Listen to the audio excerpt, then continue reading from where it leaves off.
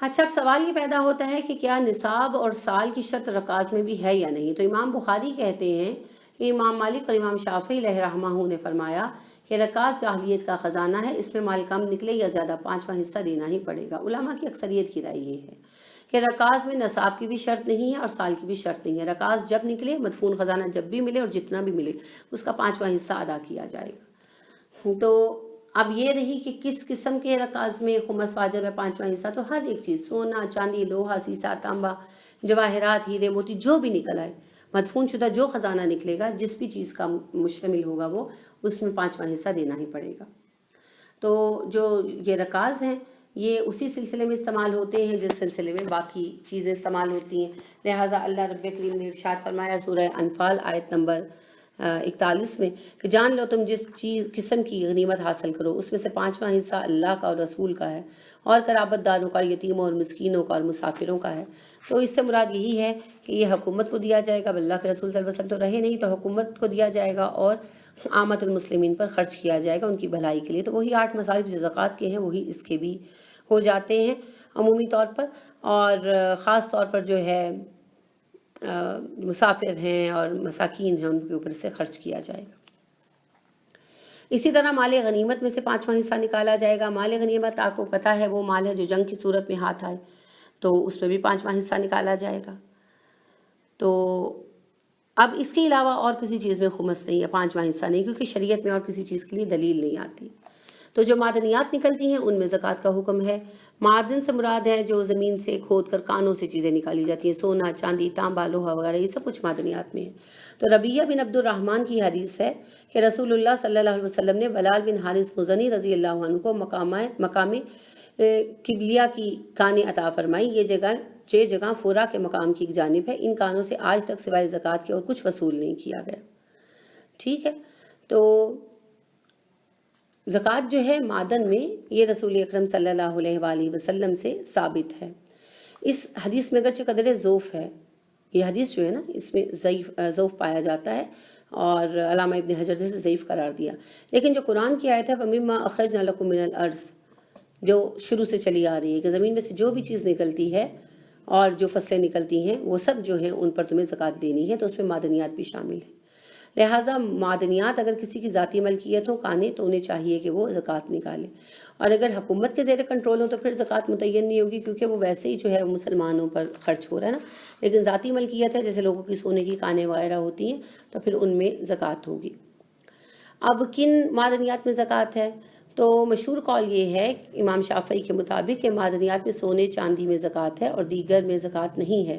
امام ابو حنیفہ کہتے ہیں کہ تمام وہ چیزیں جو زمین سے خارج ہوتی ہیں اور انہیں آگ کے ذریعے ڈالا جا سکتا ہے تو ان سب میں زکوٰۃ ہے، اور امام حنبل کہتے ہیں کہ وجوب زکوٰۃ کے لیے معدنیات میں کسی چیز کی کوئی شرط نہیں ہے، جو بھی چیز زمین سے نکلے گی چاہے وہ تیل، پیٹرول ہو، کچھ بھی ہو، اس پر زکوٰۃ ہے، اور یہی قول زیادہ راجح ہے۔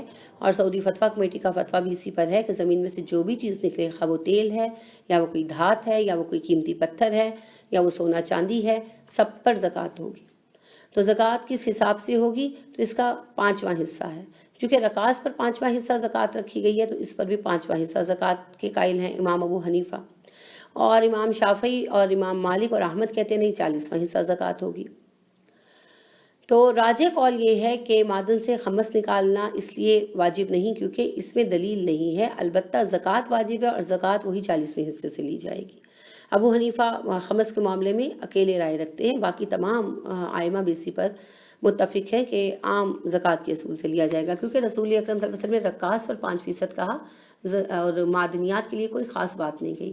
تو جب کسی چیز کے بارے میں خاص اصول نہ ہے تو پھر عام اصول اس پر لاگو ہوگا نا، تو عام اصول ہے 2.5%، لہٰذا 40واں حصہ زکوٰۃ لی جائے گی جو بھی چیزیں نکلیں، اور یہی سعودی فتویٰ کمیٹی کا فتویٰ بھی ہے۔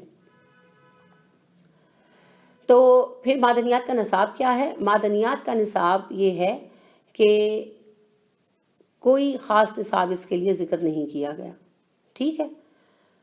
اس میں اگر کسی چیز کے لیے نصاب بیان کیا گیا ہے تو نصاب کا اعتبار کیا جائے گا، جیسے سونے چاندی کے لیے نصاب کا ذکر ہے، تو باقی چیزوں میں نصاب کا ذکر نہیں ہے تو لہٰذا ان کی نقد قیمت سے نصاب نکالا جائے گا۔ رسول اکرم صلی اللہ علیہ وسلم نے تو مادیات میں کوئی زکوٰۃ ہی نہ دی، کوئی نصاب نہیں دیا، تو لہٰذا پھر کیا ہے کہ سونے چاندی کا نصاب ہے 52.5 تولے 7.5 تولے، تو پھر وہ زکوٰۃ کا کم از کم نصاب ہو گیا۔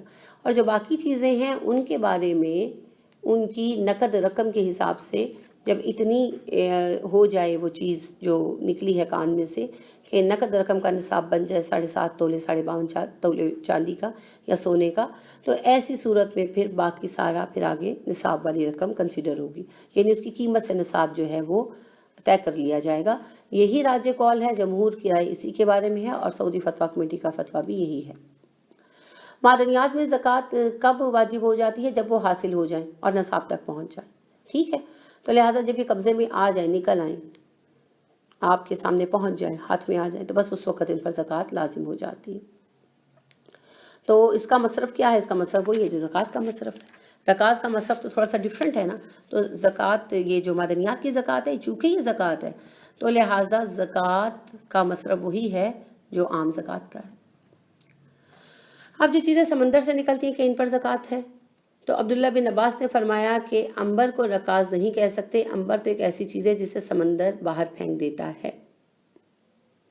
اسی طرح امام بخاری بیان کرتے ہیں کہ امام حسن بصری نے فرمایا کہ عنبر اور موتی میں 5واں حصہ لازم ہے، حالانکہ آپ صلی اللہ علیہ وسلم نے رکاز میں 5واں حصہ مقرر فرمایا، تو رکاز اسے نہیں کہتے جو پانی میں ملے۔ امام بخاری نے اسے روایت کیا قبل الحدیث 1498 نمبر ہے۔ تو جمہور یہ کہتے ہیں کہ دریا سے جو چیزیں نکالی جائیں ان میں زکوٰۃ نہیں ہے، ٹھیک ہے؟ اور اکثریت کی رائے یہی ہے کہ جو چیزیں سمندر سے نکالی جاتی ہیں ان میں زکوٰۃ نہیں ہے۔ اسی بات کو زیادہ جو ہے وہ اہمیت دی گئی کہ سمندر سے نکلنے والی چیزوں پر زکوٰۃ نہیں ہے، البتہ وہ تجارت کے بعد جو پیسہ آیا اور پیسہ اگر آپ کے پاس رکھا ہوا ہے اور اس پر سال گزر گیا اور وہ نصاب کے حد تک پہنچتا ہے تو اس پر زکوٰۃ ہوگی، لیکن اٹ سیلف ان چیزوں پر زکوٰۃ نہیں ہے۔ تو لہٰذا یہ زکوٰۃ کی اقسام تھیں، کن چیزوں پر زکوٰۃ ہے اور کن پر نہیں ہے، سب آپ کے سامنے آ گیا۔ اب یہ جو آئے دن مسئلہ ہوتا ہے کہ کتابوں پر زکوٰۃ ہے، نہیں جی کتابیں کوئی کتنی بھی خرید لے اور اپنے اگر وہ تجارتی مقصد کی ہیں تو پھر زکوٰۃ نکلے گی، وہ علیحدہ معاملہ ہے، لیکن جو گھریلو اقسام میں ہیں ان پر زکوٰۃ نہیں ہے۔ اسی طرح سے جو زکوٰۃ کہتے ہیں کپڑوں پر ہے، آپ کے پہننے کے کپڑوں پر کوئی زکوٰۃ نہیں ہے۔ اسراف ایک علیحدہ معاملہ ہے، اگر آپ نے ضرورت سے زیادہ بنائے وہ جواب دہی ہوگی، دیٹس another ایشو، لیکن زکوٰۃ نہیں ہے۔ گھر کے استعمال کی چیزیں خواہ وہ کتنی بھی زیادہ ہوں ان پر زکوٰۃ نہیں ہے، ٹھیک ہے؟ جو آپ نے گھر کے استعمال کے لیے رکھی، میں نے پھر عرض کیا کہ جو اس میں اسراف آ جائے گا وہ ایک علیحدہ ایشو ہے، لیکن زکوٰۃ بہرحال نہیں ہے، ٹھیک ہے؟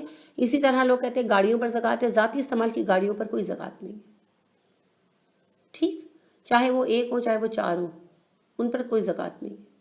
ہاں جو آپ نے مال تجارت کے لیے رکھی ہیں تو وہ تجارت کے حساب سے وہ مال تجارت کی قیمت نکال کر جو زکوٰۃ ہوتی ہے وہ ہوگی، لیکن آپ کے اپنے ذاتی استعمال کی گاڑیوں میں کوئی زکوٰۃ نہیں ہے، ٹھیک ہے؟ اسی طرح جو بھی چیز آپ نے رکھی ہوئی ہے اس میں زکوٰۃ نہیں ہے جب تک وہ ان چیزوں میں شامل نہیں ہو جاتی۔